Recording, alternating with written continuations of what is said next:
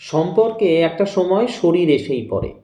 তুমি বলবে শরীর মানে কিছু একটা বদ অভ্যাসের মতো। না চাইলেও ধীরে ধীরে ঠিক অভ্যাস হয়ে পড়ে। ভাতের হাঁড়িতে একটু জল কম দিলে কেমন হয় দেখেছ? নিচের ভাতটা শক্ত হয়ে জমাট বাঁধে, পুড়েও যায় খানিকটা। এখন আবার জল দিয়ে সিদ্ধ করলেও তা কিন্তু আর আগের ভাতগুলোর মতো হয় না। মুখে দিলে কাঁকরের মতো শক্ত মনে হয়। অথচ দেখো, একটু জলের অভাব ওকে কেমন সবার থেকে আলাদা করে রাখলে। সত্যি, সম্পর্কে কেউ কেউ ভীষণ রকম শরীর খোঁজে, তবে সবার মধ্যে খারাপ অনুভূতি থাকে না।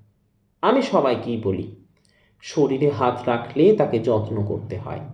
আদর করবার পর শরীরটাকে আবার ঢেকে দিতে হয়, নইলে যত্নের অভাবে ওর চিন্তাগুলো রুক্ষ হয়ে পড়ে। তখন হাজার যত্ন করেও আর আগের মতো ভালোবাসাটা হয় না। রাত্রে গল্প জমলেও সেগুলোকে ঠোঁট দিয়ে আর বুকে আঁকা যায় না। শরীরের যত্ন একটি শিল্পের মতো। সেই দিক থেকে ভাবতে গেলে সবাই এক একজন শিল্পী। কিন্তু সমস্যাটা কোথায় যেন, বেশিরভাগ শিল্পী তার শিল্পে ব্যবহৃত ক্যানভাসটাকেই নোংরা করে রাখে। দিনের শেষে নোংরা বিছানায় শুতে কার বা ভালো লাগে বলো?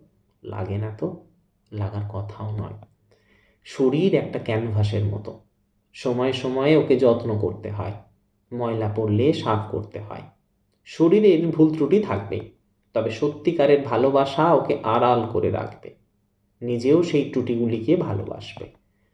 যেই মানুষটা তোমার শারীরিক ত্রুটিগুলিকে ভালোবেসেছে, সে অবশ্যই তোমাকে ভালোবেসেছে। তবে তোমাকে বুঝতে হবে কোন মানুষটা ঠিক এভাবে তোমাকে ভাবতে পারে। চিন্তা নয় বেশি, একটু মন দিয়ে ভেবে দেখো। ঠিক বললাম তো? Thank you.